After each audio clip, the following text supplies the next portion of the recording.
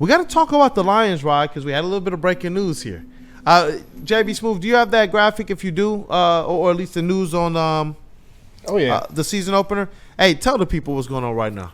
So our season opener, our Detroit Lions, will be headed to Green Bay and Lambeau, facing the Green Bay Packers on CBS September 7th at I believe it's a 4:30 game.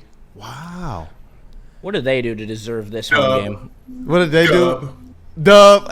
Absolutely. I'm already calling this one a dub, and it was interesting because I wonder how much these players knew what was going on, because Kirby Joseph was on with they knew with Rich Eisen. He was like, you know what? I just want to get all the cold games out the way first. And so to know that they go to Lambeau at the beginning of the season rather than the House of Horrors that it's been in years past at the end of the season, get it out the way right now. It's not going to be a frozen tundra. This bodes very, very, very well for the Lions, and I can't wait to see the rest. How everything else lays for them. But as many of those outdoor games, cold weather cities that you can front load, I am all for it, man.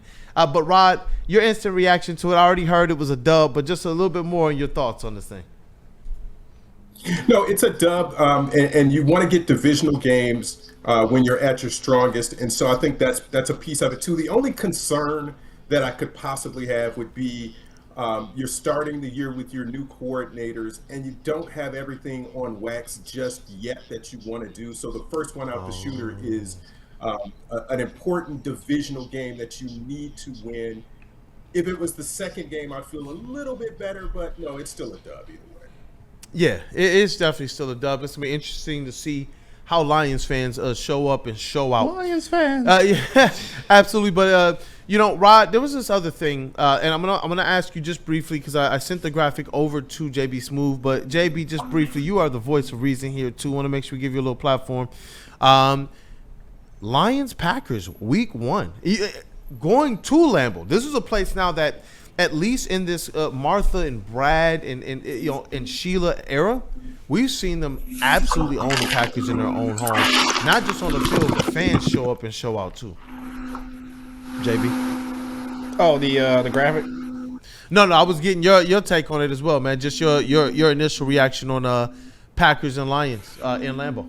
I mean, Packers, Lions, and Lambeau. Like I said, TA posted on his X account, like, hey, just wait till you guys see who we play first tomorrow. He's excited about it. Obviously, the whole team's ready to go. I mean, even KG, who's not here with us, Kelvin Shepard, also put out there that, you know what, can the season just start? Can the season just start tomorrow? Yep. He's ready to go. They're fired up for this. Like, the only people who should be concerned is Green Bay and Jordan Love right now. They should be scared. Very, very scared. Absolutely. And you know what, Rob? This, JB, if you got that graphic, you definitely throw it up there now, because, Rod, across national media, there seems to be this regression with the Detroit Lions being one of those teams, one of those top 5, top 6, top 7 teams. If you want to put them behind the Eagles, I understand. But they are starting to drop this team into a space that it shows they don't really believe in what their offseason plan was, what their draft was, and that they believe they're going to get wound up, passed up in their own division. I've heard from Good Morning Football to now Fox Sports is putting out their top 10 rankings of their teams. This is after the draft, this is after free agency and whatnot. And they all have this kind of, they're going to be contenders in their own division. But when you start talking about the top teams in the NFC, the top teams in the league, they continue to put the Lions somewhere between the 7 and 10 spot. And it just feels like absolute disrespect. What is going on here? Because this isn't a situation where you're an upstart. This isn't a situation where you're sneaking up on anybody. This isn't a situation where it's like last year's letdown was because you just got beat. No, you literally lost everybody. You're getting some of these people back. I thought that they've had a kind of a nip-tuck off season that's really going to pay some dividends for a squad that relies on next man up mentality, that relies on depth. And I was just like, man, I don't really want to get worked up about this stuff, because we already know what the Lions are, who they are, and what they're going to be. We understand at this point in the season, you got to do something to generate some clicks and some talking points and such. But this being kind of a consistent narrative, I'm used to hearing it from like Greeny. I expect to hear it from certain people, but it just seems now that a lot of the national people believe that window might be closing a little bit on those Lions, Rod. I got 4 words for you. Cade Cunningham, number 79. Like, okay, yeah, whatever. It's the off season. Holler at me in week 2 or week 3 when we know a little bit more. I mean, whatever, man. Yep. Number 9, for real. And to get For into real. the football of it all, when you do look at these teams, to be fair, the Rams did make some improvements. They did some things this offseason to try and shore stuff up. But I still see the Detroit Lions as one of those solid top 5 teams. I do not believe, and I will say this firmly, and I know that we always have some type of Commanders fans lurking somewhere in the woods. You guys are not better than the Lions. You're not better than the Lions. Listen, you got a dub in the playoffs, and we tip the cap to you, and we see the improvement. But we were saying this for most of the season.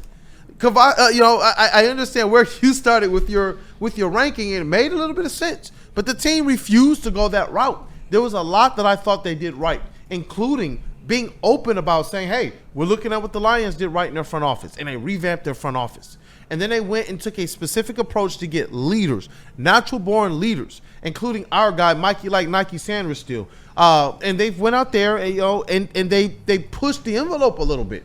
But I'm not scared of the Commanders. I don't know. I get this aspect of paying them their due, but the Detroit Lions were hobbled. The Detroit Lions gave them from their top 5 MVP candidate 4 extra opportunities.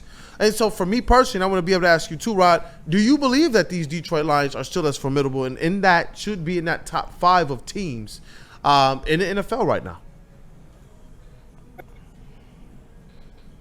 Nope. Somebody who believes that losing the coordinators makes a big difference. What tells me it's not even the Lions. It's the fact that the Chiefs are number 4 that just tells me that I need to pay attention to this. We've already given this more time than it deserves. That the Chiefs are like, even if you say the Commanders are good, are the Commanders better than the Chiefs? No, come on, man. Let's no. We're not doing this today. What up, don't that do, Justin? Because the Lions, this is a season in which we're all saying that Super Bowl window is still wide open. There's a lot of people who believe that they're about to get passed by some of these upstarts, and we saw this already, especially with C.J. Stroud and the Texans last year. I don't think people understand the DNA of this team and what Dan Campbell has continued to do throughout the course of this window for the Detroit Lions. And as long as you have him, this is what I heard Brandon Graham say of the Eagles as well. He said, as long as you still have Dan Campbell there and those dogs that they've drafted, so that's also homage to Brad Holmes, my bald brother, that to me is what ultimately matters to the success of this team. Yeah, I agree, and I think that you're going to have to get some contributions from your rookies, but for the most part, the injuries are enough where I feel like we're just not going to get passed by a lot of these teams. I think that, like the fact that the Vikings are above us with a rookie quarterback, I don't understand that. Like, I get it, J.J. McCarthy had a year that he's been recovering and technically been in the Vikings building, but he still hasn't proven anything, so there's no reason why the Vikings should be above us. But I do see why national media would be given that idea because of the fact that the NFC North, everyone was trying to upgrade over the offseason to try to get to where the Lions are, but I still don't think it was enough. It's insane because you got in both backfields, Rob, we continue to say this, the best tandems. You got the best safety tandems in your defensive backfield. You have the best running back tandem in your offensive backfield. Those are your bookends. And then you can talk about a whole lot of the players that you could just trip over. And we forget some. Do you know how many times we sat here, Rod, and said, oh, Sam Laporta exists? Like, when we just go through these notions. And that's where, when I see these things, I just can't wait for this season because I do believe the Detroit Lions, better than they did last year, are actually going to hit the ground running on offense this season. And a lot of that I do believe is going to have to do with John Morton, who Dan Campbell said was one of the constructors of this offense. And that is something that I do believe. When you talk about checking this back to the first game of the season, which was just announced, and we talk about, how this team is going to be, because you expect some new terminology, you expect some different wrinkles, you expect some different play calling styles out of a guy like John Morton and out of Hank Fraley, who they say is going to be very, very involved in the play calling. Now the offensive line coach as well as the run game coordinator, I do believe that this is going to be an offense that has a better chance to actually get off the ground running at the start of the season and look more like the well-oiled machine that they were in week 5 and 6 of last season, right? Yeah, it's just going to be the start of the season, and that sets the whole tone of everything. And we're seeing that with the Tigers now and the Lions from last season, and to a degree where the Pistons were last year that they had to rally. If you have a good enough start to your season, it makes everything so much easier, and you can be more efficient with the rest of your day. So, or rest of your season. So, I think that's the important piece here is getting off to a good start. You started with a division win, and you can control the rest of the way your season goes. Yeah, definitely. And so, hey, look, I want to say what up, though, to some friends and then get back because we do have to talk about the Pistons. There's a lot of noise going on amongst the social media, Pistons, Twitter, and whatnot, from everything of JB Bickerstaff. I think sweet vindication, all the way to what we see with the offseason expectations. To splash or not to splash, Rod? That is